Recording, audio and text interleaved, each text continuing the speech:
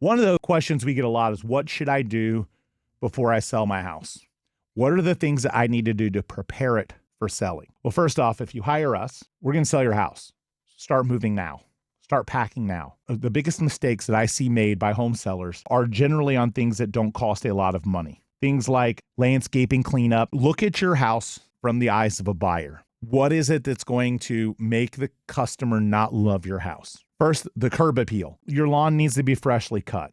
Pressure wash, deal with any oil stains, throw down some fresh mulch. You don't need to repaint the whole house. You don't need all kinds of crazy plants. You don't need to lay all new sod.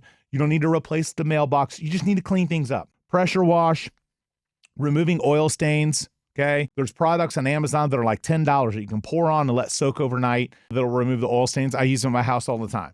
Remove oil stains, pressure wash, and then freshen up the mulch up front. Trim the bushes. Make sure the lawn is freshly mowed all the time. Those are simple things on the outside. The inside, you want to remove, think like if you were walking into a builder's home, a builder model. You don't see a lot of personal photos. You don't see a lot of personal artifacts. You don't see a lot of clutter. You want to declutter. Start packing as if you're going to move, especially if you hired us. If you hired somebody else, maybe you're going to be there a while, okay? But if you hired us, start packing now and declutter. Get rid of items that make the home feel like yours. Here's what I mean. This is funny because I walked through a house in Beach Park a couple of years ago. The customer, they didn't end up hiring us because they didn't like my advice, but their daughter won beauty pageants. They literally had a shrine to their daughter. Like it was impressive. It was an entire 11-foot tall ceiling wall covered with her photos, trophies, awards. It was like a mural. It was crazy. I told them that your house is not going to sell as long as that's there. If you truly want to sell, you've got to take all that down. They were super offended. They didn't hire us. The house sat on the market through 6 agents before it finally sold. Years on the market. I remember looking it up.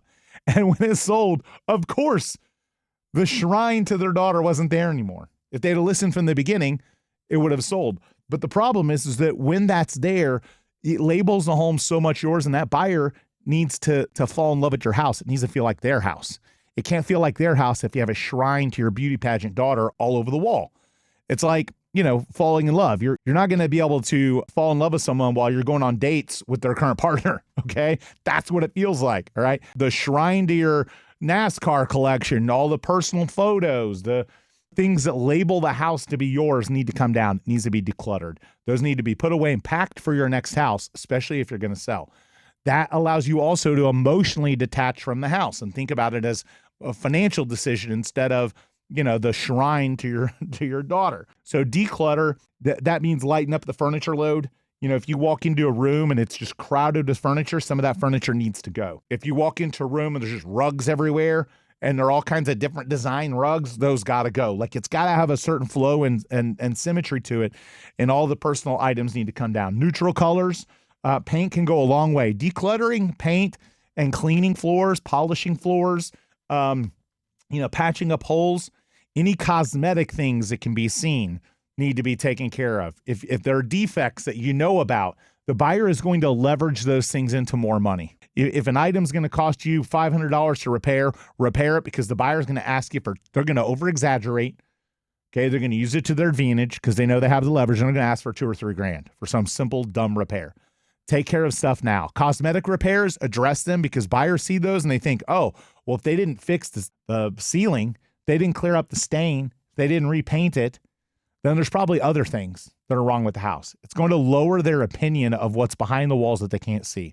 Anything they can visibly see that's broken or wrong makes them think that there are other things wrong with the house. So fix all the cosmetic stuff, declutter, pack up.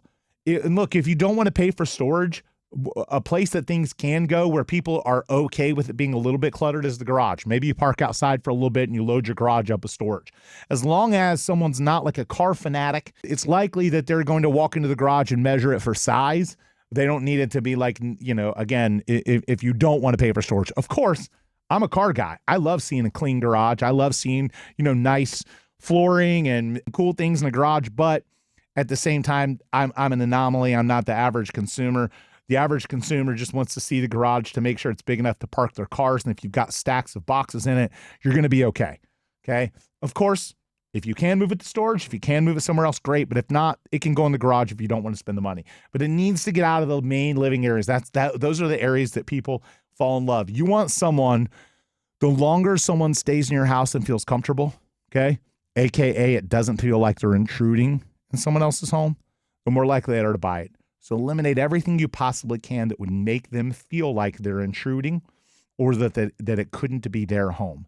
If you have the daughter's beauty pageant shrine on an 11-foot, by 15-foot wall with hundreds of photos and trophies and awards, they're not going to be able to fall in love with your house. They're just not. So hopefully that helps you understand. Those are some tips: decluttering, freshening up the landscaping, cleaning up any cosmetic items, packing stuff up away, neutral paint colors, and then last but not least, have your home professionally cleaned, especially if you've got animals. I've got 2 dogs. If I ever sell my house, which I don't have plans to, but if I ever did, I would need to make sure that my house is cleaned and vacuumed. I would need the Roomba running all the time to make sure there isn't dog hair everywhere.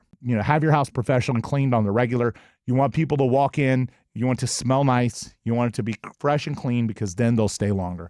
So hopefully those tips help you. And if you're somebody that is going to sell your house in the new year, maybe your home failed to sell with another agent, maybe you didn't get what you wanted done this year, go to DuncanDuo.com. Again, that's DuncanDuo.com.